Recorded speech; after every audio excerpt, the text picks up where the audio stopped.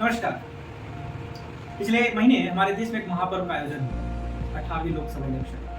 साथ ही साथ में कुछ राज्यों में लेजिस्लेटिव असेंबली के भी इलेक्शन हुए, जैसे कि अरुणाचल प्रदेश, सिक्किम, उड़ीसा और आंध्र प्रदेश। ये इलेक्शन एक कमाल इलेक्शन था। हमने ये शो करके दिखाया कि क्यों हमें कंसिडर किया जाता है the largest democracy of the world. Election commission of India के हार्ड वर्क और इंफ्रास्ट्रक्चर, रोबस्ट इंफ्रास्ट्रक्चर ने ये इम्पॉसिबल जैसी चीजें पॉसिबल करके दिखाया। साथ ही साथ में अमेजिंग रिकॉर्ड्स बने और साथ ही साथ में कई सारे रिकॉर्ड्स टूटे। 67.79% टर्नआउट आया, जो अपने में ही एक स्पेक्टाकुलर चीज है। साथ ही साथ में अगर हम इसे एब्सोल्यूट टर्म में देखें तो ये 64.2 करोड़ पीपल लोगों ने इस वोट दिया। अगर हम इसको combined population of USA and European union को देखें तो ये उनके कंबाइंड पॉपुलेशन से भी ज्यादा है। 4 जून 2024 18वीं लोकसभा इलेक्शन का रिजल्ट आया। कोई पार्टी मेजोरिटी नहीं पा रही। ऐसा माना जा रहा था कि बीजेपी शायद कर दिखाए, लेकिन बीजेपी भी नहीं कर पाई।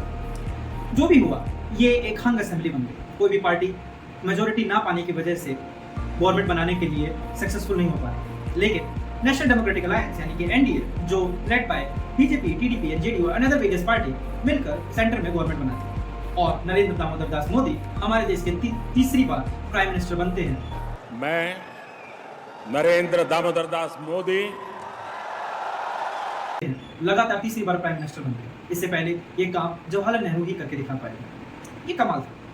24 जून 2024 अब पहली बार लोकसभा का जो न्यूली इलेक्टेड लोकसभा है उसकी फर्स्ट सिटिंग होगी। लेकिन यहाँ एक कैच है। कैच ये है कि इन सारे लोगों का ओथ एंड अफर्मेशन कौन करवाएगा। ऐसा हो सकता है कि लोग कहें कि स्पीकर करवाएगा, लेकिन आपको मैं बता दूं कि स्पीकर बेसिकली अपना सीट वैकेट कर देता है जैसे ही नई लोकसभा आती है। यानी कि जो पहले वाले स्पीकर थे उनकी सीट वो खुद पे खुद छोड़ देंगे जैसे ही फर्स्ट सिटिंग ऑफ लोकसभा होगी। तो कौन कराएगा? ऐसा फिर कोई ओपिनियन दे सकता है कि हम दोबारा एक नया स्पीकर चुनेंगे और वो स्पीकर ही उनको ओथ एंड अफर्मेशन करवाएगा। लेकिन ऐसा नहीं है, क्योंकि स्पीकर चुनने के लिए एमपीज को वोट देना पड़ता है और वोट देने के लिए सबसे पहले उनको ओथ एंड अफर्मेशन को सब्सक्राइब करना पड़ता है।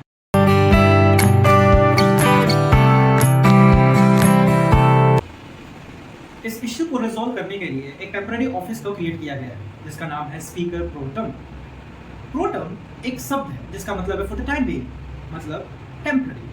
ये स्पीकर टेम्पररी होगा और ये ओथ एंड अफर्मेशन को एडमिनिस्टर करेगा और उन एमपीज को ओथ एंड अफर्मेशन को सब्सक्राइब करवाएगा।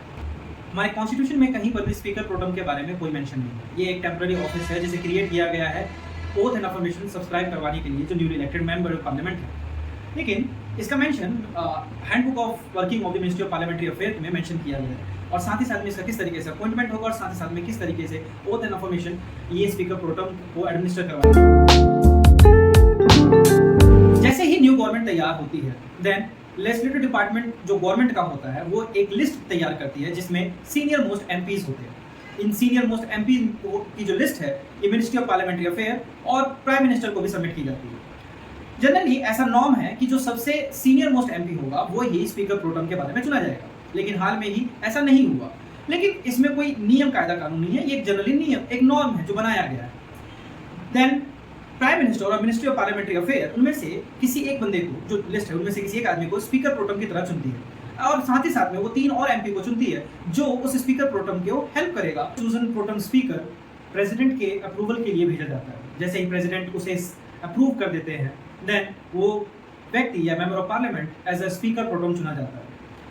प्रेसिडेंट उसे ओथ एंड अफर्मेशन सब्सक्राइब करवाते हैं राष्ट्रपति भवन में एंड देन इसके बाद में वो स्पीकर प्रोटम लोकसभा जाता है और वो जो 3 मेंबर चुने गए थे उन 3 मेंबर को भी वो ओथ एंड अफर्मेशन सब्सक्राइब करता है। जैसे ही ये काम कंप्लीट होता है उसके बाद में जो स्पीकर प्रोटम है वो 1 बाय 1 करके सारे मेंबर ऑफ पार्लियामेंट को 1 by 1 oath and affirmation subscribe करवाता है। ये काम होते ही इस पोस्ट को डिसॉल्व कर दिया जाता है एंड देन प्राइम मिनिस्टर के अप्रूवल से नया स्पीकर चुना जाता है। ये स्पीकर अगले 5 साल तक रहने वाला है और इसके पास में सोल अथॉरिटी है कि पार्लियामेंट किस तरीके से चलेगा। आई होप गाइज आप इस पूरे चीज को समझे होंगे। This was my first video and it is possible that I did too much of mistake but I tried. Thanks, धन्यवाद आपका।